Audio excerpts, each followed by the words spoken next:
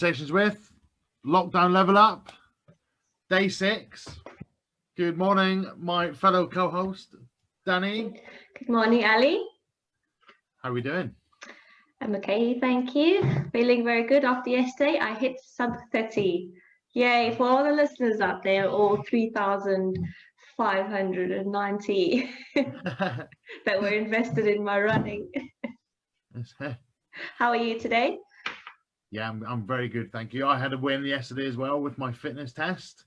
You did. If you don't have Ali on Instagram, you'll be missing out on his video yesterday, his story. You were on the 6th round, after the 6th round or something? That's 7 rounds I managed, yeah. 7. Yeah, absolutely smashed it. For anybody who doesn't know, so my challenge goal is, and I'm doing as a sub goal, I'm doing a fitness test every week, which is 400 jumping jacks to start, and then trying to complete 10 rounds of 10 burpees, 20 press-ups, 30 air squats, 40 jumping jacks. And I've progressed every week. I started at week 1, I did 4 rounds, then I did 5 rounds, 6 rounds, and then yesterday I managed 7 rounds. And the other progress with it is I've reduced the time of each of those rounds every week. So 56 minutes. But the workout that I chose to do it, I deliberately chose a home one. So when gyms have closed, I've managed to do it with it. Good thinking. The anticipation, but I am. And you have no excuses either. No excuses, as you said to me, and it says on the workout that was posted. It was posted to a CrossFit group. Can you do it in 40 minutes? Well, for the 10 rounds, I've managed 7 in 56. So trying to do 10 and 40 is, I don't think it's possible. But if I can get to the end of the challenge, completing 10 rounds, I'll be at whatever the time is. So my aim with it, Danny, is to keep progressing with 1 round a week. Then that will give me, I think, 2 weeks at the end to then try and bring the time down for the 10 rounds. Yeah, so that seems like a good, plan. but I was broken. I was blowing yesterday. Definitely, my heart rate was high for at least 3 or 4 minutes afterwards. And you've got a MyZone belt, don't you? I do, but it's broken. So yeah, because you broke it yesterday, didn't you? But it was broken a couple of days ago. Your heart rate just went. I sweat. It's You drowned it. But interestingly, I put that on my story saying I had to use a different device because MyZone was broken, and MyZone liked the post. They didn't. For shame. I was like, you didn't read the post, MyZone. You liked the post, so it's bad marketing. It is bad marketing. So I've had to invest another £6.99 in a replacement charger, which I think is where the problem is.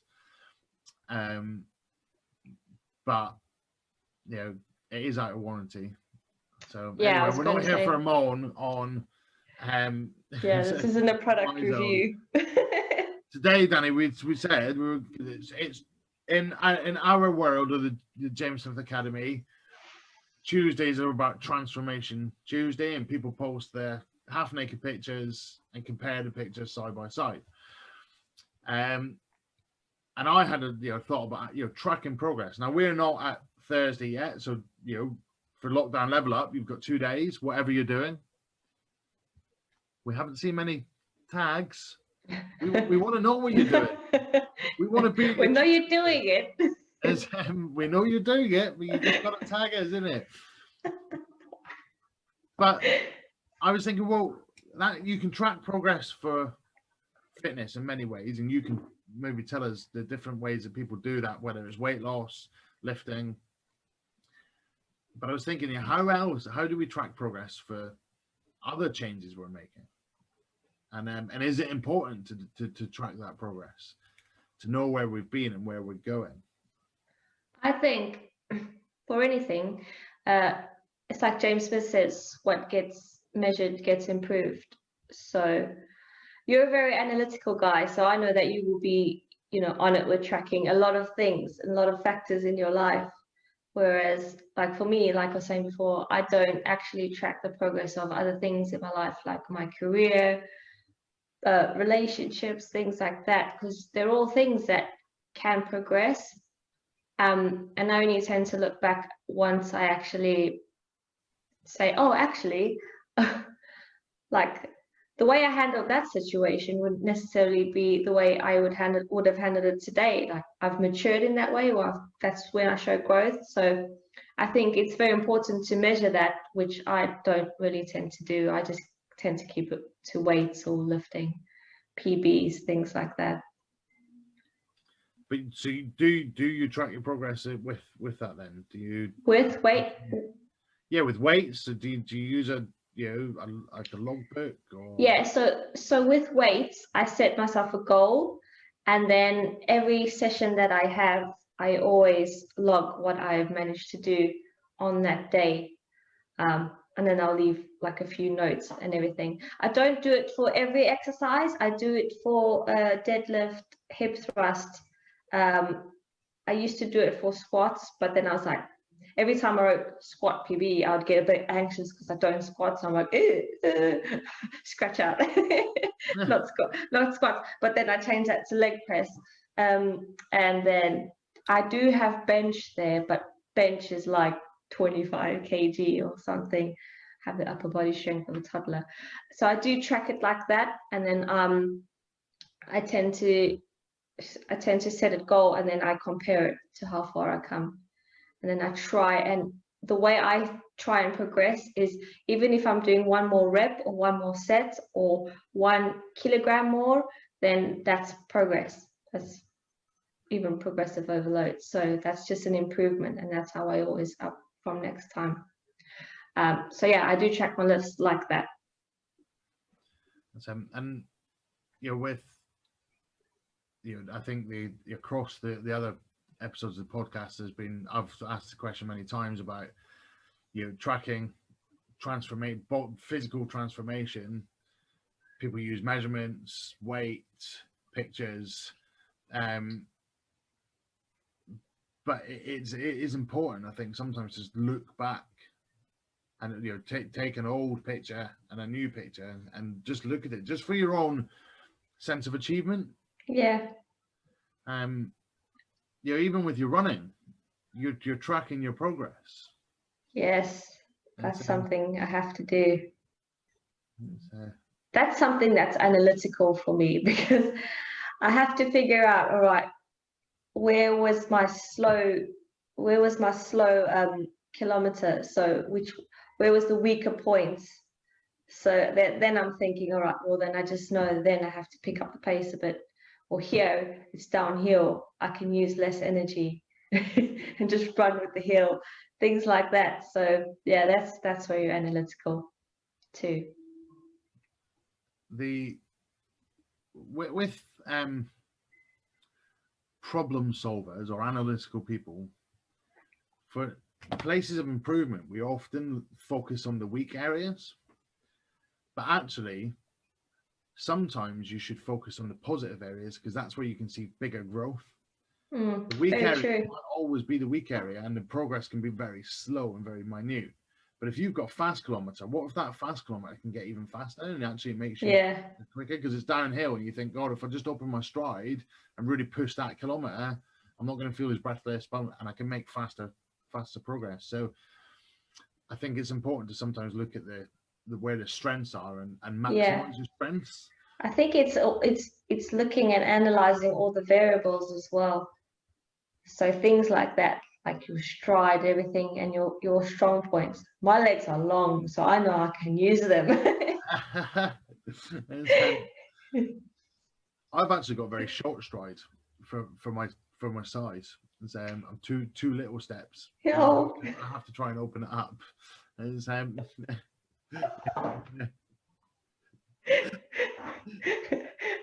I'm a very visual person, so when I picture you walking, I picture a little baby walk, a tall alley, baby walk, alley, just crawling. little steps. Right, Yeah. how do we track our progress then in other aspects of our life? So let's talk about career-wise. How do you track your progress then? Because you can't take a before and after picture. Well, I guess you could, but in terms of the actual growth, how do you track that? You Or can stay look at, on top of tracking that? and so you can look at different ways. What's my job title? What's the role? What's the responsibilities now I now have? What are the things that, like you said, what are the things that I used to find difficult? Was it, you know, as a manager or somebody, was it public speaking I found difficult with? And like you said, it depends on what your goals are to what the progress is going to be. It could be simply, what's my salary? You know, I used to think when I was chasing cash, if I can make £1,000 extra every year, so I started my job at like £4 an hour or something, you know, versus where it is now, you know, $1 million. It's not. It's not. I might need to set up a GoFundMe page just to pay for my Zoom at the moment. We'll just put the link in the comments. Yeah, I'm going to pin the link. But yeah, if I could have made £1,000 extra, so if I started on like £6,000 a year, at, 16 years old, by the time I was 26, if I could be making £16,000 a year, 36, if I could make £26,000 a year, 46, 36. Doesn't always work that way, but I was thinking that would be good progress. Yeah. When I'm 26, I'm thinking, I don't want to only be making 36,000 when I'm 36. Maybe I'll change that goal then to 2,000. But when I look back, even now when I'm thinking about it, I'm thinking, God, I was in a shelf stacking role for no money. Yeah. Now I'm an account manager in a business to business role, and I've changed. My roles have changed, and and my skill set is much broader. I could do much more things. But even then, when it's in you're then unemployed, sometimes you need to go backwards and think, okay, I need to go and dig on a building site. So it's not always about progress, but that was giving me different progress. I was learning, even in those roles, I was learning what it was like to be in the bottom rung again. Yeah. And how actually you need to be a very different person. I needed to be okay with standing and waiting for a job. In my head was, you're not busy, you could be doing something. What could you be doing? How can you help? And I'm asking, and the builder's just getting pissed off with me. Just fucking stand there. Just wait till I say, get me this, do this, bam, bam, But that was, a big learning for me. So yeah, it is a learning. There's always something to learn, and I think sometimes it's with tracking your progress. Yes, I'm very analytical and very data. Especially if I'm in a sales role, I'm like, how many calls have I made? How many meetings have I sat? How many conversations are progressing to the next stage? And I'm looking at all of that information and data. I'm looking at all the data to give me the information. So I because I'm analytical, I would say for tracking progress, for me, it's all about data, graphs, spreadsheets. Love a good spreadsheet. Because that gives me a visual. No, it's very true.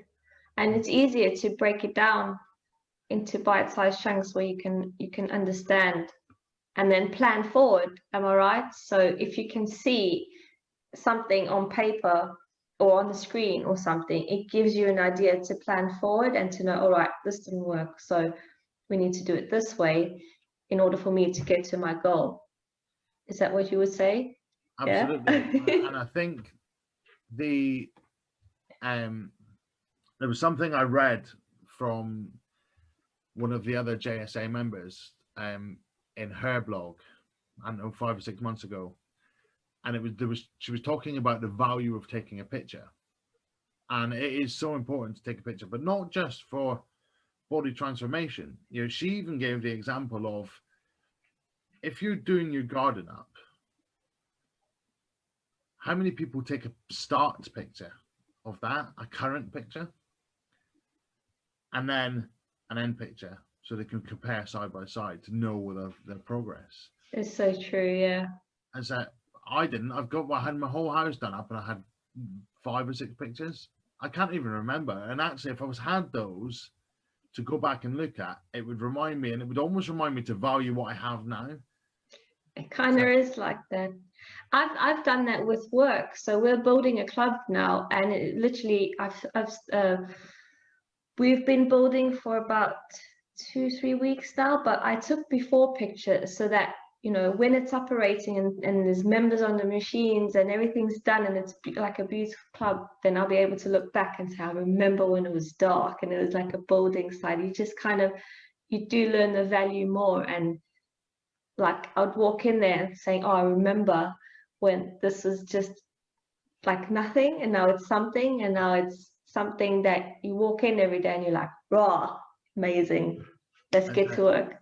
And you were part of that. Yeah, exactly. All of the work, when you look at those pictures, you'll remember back to all of the work you were doing and how you were doing a very different role, and how you were, you know, having to learn things like social media marketing to help you. And yeah, just by looking at a picture, yeah, bring back all those memories. To see how far it's going to come. I mean, once it's up and running in 10 years' time, even if I'm not there, I can still look at that gym and say, I remember watching it go from nothing to something. And I think there's some beauty in that too. Definitely. And yeah, and now I'm talking about it, I'm thinking of all these different things that I see people using. Whiteboards, yeah, for tracking progress, spreadsheets, diaries, pictures. There's a way to probably, you know, everything you do, there is probably a way to measure the progress.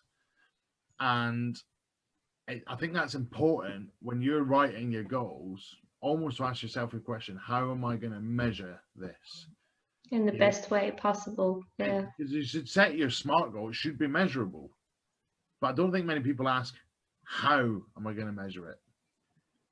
So on that note, amazing. On that bombshell, God, we can't be talking yet. No way. All right, Jeremy Clarkson. Don't compare me. And therefore, I think we've just found our soundtrack for the beginning, for when we publish the podcast. No, we haven't, because copyright. Copy who? Oh. Yeah. So right. Thank you very much, everybody. Track your progress. Keep going. 2 days till the end of week 1, and tag us. We want to be your cheerleaders. And well done on your breaking 30, Danny. You better Thank get out you. there and run. Well done on your round 7. Thank you. See you later. See ya. Bye.